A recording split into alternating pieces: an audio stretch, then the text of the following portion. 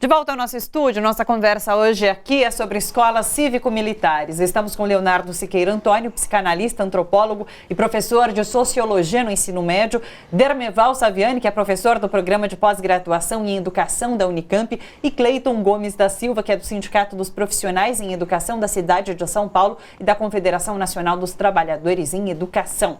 Vou voltar com o Cleiton. Cleiton, é o seguinte, a gente estava falando sobre essa questão dos investimentos.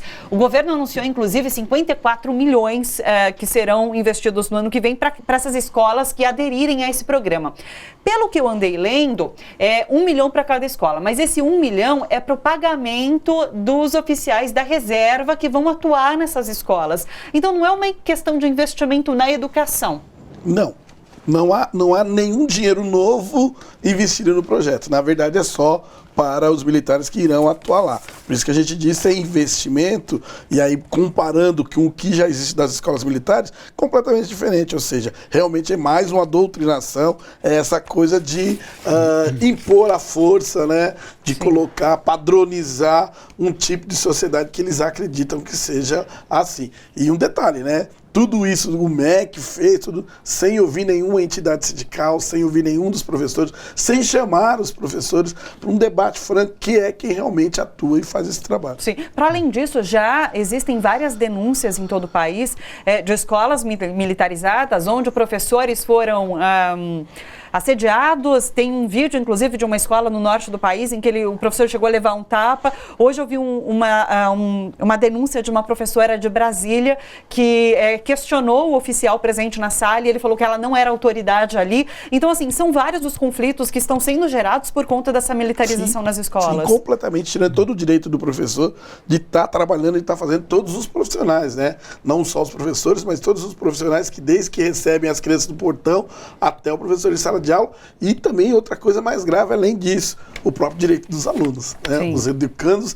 sem o direito nessa juventude, né? Leonardo sabe muito bem o que é isso, de se expressarem, porque não é cabelo cortado para os meninos, nada de cabelo comprido, as meninas é cabelo amarrado, quem usa, unhas cortadas, sem esmalte, sem batom, né? Então, assim, é um retrocesso no lidar, no contato que se tem em nome disso. E o direito de cátedra do professor, né? Não respeitar essa formação que tem. Eu quero ver o que vão fazer com os livros do senhor Saviani, que estudaram e formaram, porque agora fica complicado qualquer coisa, que vai ter que passar por eles a maneira de dar aula. Só uma coisa, tem um exemplo de uma escola municipal, onde a gente teve um problema com uma mãe que está acusando a professora por ter chamado o pessoal do Tortura Nunca Mais para fazer uma palestra. Então, olha só, você leva um pessoal para fazer uma palestra sobre um assunto que você está debatendo em sala, na escola para todos, e de repente tem questionamento. Numa escola dessa, nem o convite vai ser mais feito. Claro, que terrível, professor Saviani. Então, veja, eu fiz aquela introdução, né, chegando à sociedade burguesa, revolucionária, depois ela se torna conservadora, né? E agora ela se torna reacionária, né? Porque o capitalismo está numa crise estrutural, né? Ele já deu o que tinha que dar e agora ele só cria problema que ele não é capaz de resolver. Sim. Então o que está no horizonte é a superação do capitalismo. Mas os que representam os interesses do capital não vão ceder, né? Como os senhores feudais não cederam também, né? Tiveram que ser vencidos, né? E então eles perdem a justificativa para a dominação. Quanto revolucionário, eles tinham justificativa, estavam construindo uma nova sociedade. Certo? Agora que eles se tornaram conservadores, eles não têm mais justificativa.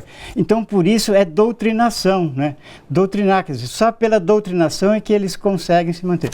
E eles nos acusam de fazer proselitismo e doutrinação nas escolas. Daí o programa do Escola Sem Partido. Né? Mas, na verdade, ocorre o contrário. Por quê? Porque nós, do campo da esquerda, do campo crítico progressista, nós não precisamos doutrinar. Né? porque nós temos a verdade do nosso lado. Segundo o lema, a verdade é sempre revolucionária, não é? Então, nós não precisamos doutrinar. O que nós precisamos fazer, e isso que nos cabe, é mostrar a realidade, é mostrar como as coisas se passam, que essa sociedade é dividida e que essa divisão implica, de um lado, exploradores e de outro, explorados, né? Quer dizer, então, quando se mostra a realidade, né, as pessoas se instruem e, portanto, isso fortalece sua luta, certo? Mas não é doutrinação. Agora, a direita, é que não tem mais como justificar racionalmente a sua dominação. Então é só pela doutrinação, sim, pela imposição, certo? E é isso que eles fazem constantemente, né? Precisa lançar mão da doutrinação para manter o povo subordinado aos seus interesses. E é o que os atuais dirigentes estão fazendo. Mas nesse sentido, as perspectivas são péssimas. Deixa eu passar para o Leonardo. Deixa eu só terminar, só uma frase. Em lugar de se ocupar em governar o país, eles se preocupam em desfechar ataques ideológicos àqueles que considerem como inimigos, né? Mas, ao mesmo tempo em que a educação vem sendo duramente atacada pelos novos agentes governamentais, ela se põe como uma trincheira na luta em defesa da civilização contra a barbárie, né? E é essa a tarefa ingente e urgente que se impõe a nós, professores, né? Assegurar a todos os estudantes, sem exceção, o conhecimento das condições objetivas, como antídoto às ilusões ideológicas e às informações falsas difundidas pela mídia tradicional e pelas redes sociais. O papel do professor hoje é de resistir, é de ser resistência de fato. Total. Estamos aqui, né?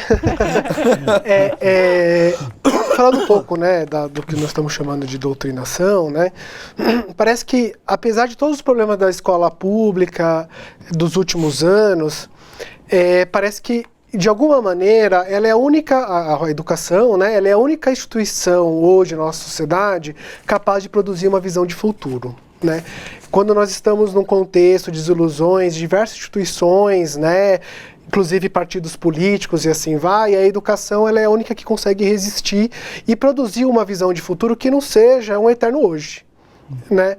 Então, os secundaristas, né, o pessoal do ensino médio aqui em São Paulo, produzindo pautas importantes e resistências importantes, e parece que, de alguma maneira, a escola cívico-militar, ela quer abafar a única perspectiva de futuro que nós ainda temos. Então, por isso, sim, é uma guerra cultural e ideológica, e que a única maneira, então, de tampar qualquer maneira de ser crítico na nossa sociedade, talvez a último baluarte de resistência, é produzir uma disciplinização intensa, né?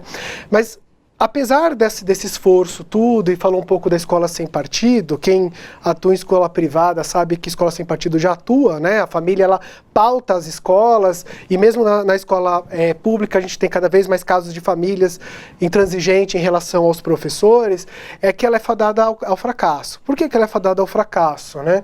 Porque é uma margem de trabalho que eu enxergo de maneira muito clara na sala de aula, né? Uma coisa é o desejo dos pais, outra coisa é o desejo da escola, outra coisa é o desejo do presidente da República. Outra coisa bem diferente de tudo isso é o desejo dos próprios alunos, né? Sim. Essa é a margem de trabalho, porque os alunos não são extensão completa da família, do Estado e da própria escola. Eles têm interesses de debater política, eles têm interesse de discutir sexualidade, papéis de gênero, masculinidade e feminilidade, e é nessa margem de trabalho onde tem o pacto da sala de aula e o desejo dos alunos, em conformidade que não chega, né, para a própria escola e até mesmo para os pais, né? É nessa margem de trabalho. E só para concluir minha fala, é interessante como essa inadequação dos alunos frente a diversos estilos de vida que estão sendo impostos a ele não quer aderir, tem um certo retraimento no próprio discurso deles por longos períodos de uma escola competitiva. Então, às vezes, esse sentimento de inadequação não tem uma linguagem da justiça, da política. Muitas vezes, eles têm uma linguagem do sintoma. Então, as depressões, os vários casos de suicídio dentro das escolas, os comportamentos compulsivos, as agressividades, por isso a entrar a disciplinarização, são expressões, muitas vezes, não só, de inadequação do crítica do aluno frente a uma imposição de um estilo de vida que ele não quer aderir. E muitas vezes nós, professores, e cada vez menos a gente tem reconhecimento e capacitação para isso, a gente tem que lidar com esses alunos nessa adequação no nível do sintoma. Sim. Né, do compartilhamento de angústias. Sim. Pessoal, uma mensagem rapidinha de vocês dois também para a gente só finalizar. Sim. Então, eu queria fazer uma última observação. Rapidinha, pode fazer, claro. Que é o seguinte, o modelo das escolas cívico-militares, né, implica 3 pontos que os militares atuariam: o aspecto didático-pedagógico, o educacional e o administrativo. Certo? Agora, aí vem a seguinte questão. O artigo 64 da LDB define o seguinte: a formação de profissionais de educação para administração, planejamento, inspeção, supervisão e orientação educacional para a educação básica será feita em cursos de graduação em pedagogia ou em nível de pós-graduação a critério das instituições de ensino garantida nessa formação à base comum nacional. Então a questão é, esses militares são formados em pedagogia, têm pós-graduação em educação para poder desempenhar essas funções? Porque senão é ilegal. Certo? Quer dizer, agora, isso é importante constatar, por quê? Porque esse pessoal que tomou o poder, não é? A democracia, o Estado Democrático deles acabou. Certo? Então a lei, ora a lei, certo? Não se leva em conta, certo? É autoritário, é autoritarismo, certo? Nós estamos numa ditadura disfarçada, num estado de exceção, certo?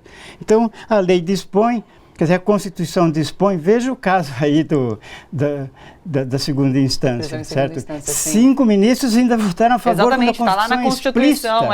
Eu vi até um meme que 6 ministros votaram, que disseram que sabem ler a Constituição, né? É isso, 5 não. Então a gente tem um problema muito grande. Thalita, é rápido. É preciso desmilitarizar e investir nas escolas e nos seus profissionais. Sim. É isso. Não vamos inventar a roda. Claro. É isso, é claro, é isso. E é isso que a gente vem cobrando há anos, aqui todo mundo colocou, desde que quando tem a educação e escola no Brasil. E a segunda coisa, completando no Dermeval, é democracia escolar. Só democratizando o acesso, o uso e a permanência na escola que a gente vai ter qualidade na educação brasileira. Olha só, você que curte a TVT e quer contribuir com a gente para que a nossa programação chegue cada vez mais longe, se inscreva no nosso canal do YouTube/Rede TVT e torne-se membro. Ou então faça a sua contribuição em nosso Catarse. É só acessar catarse.me/TVT. A gente agradece.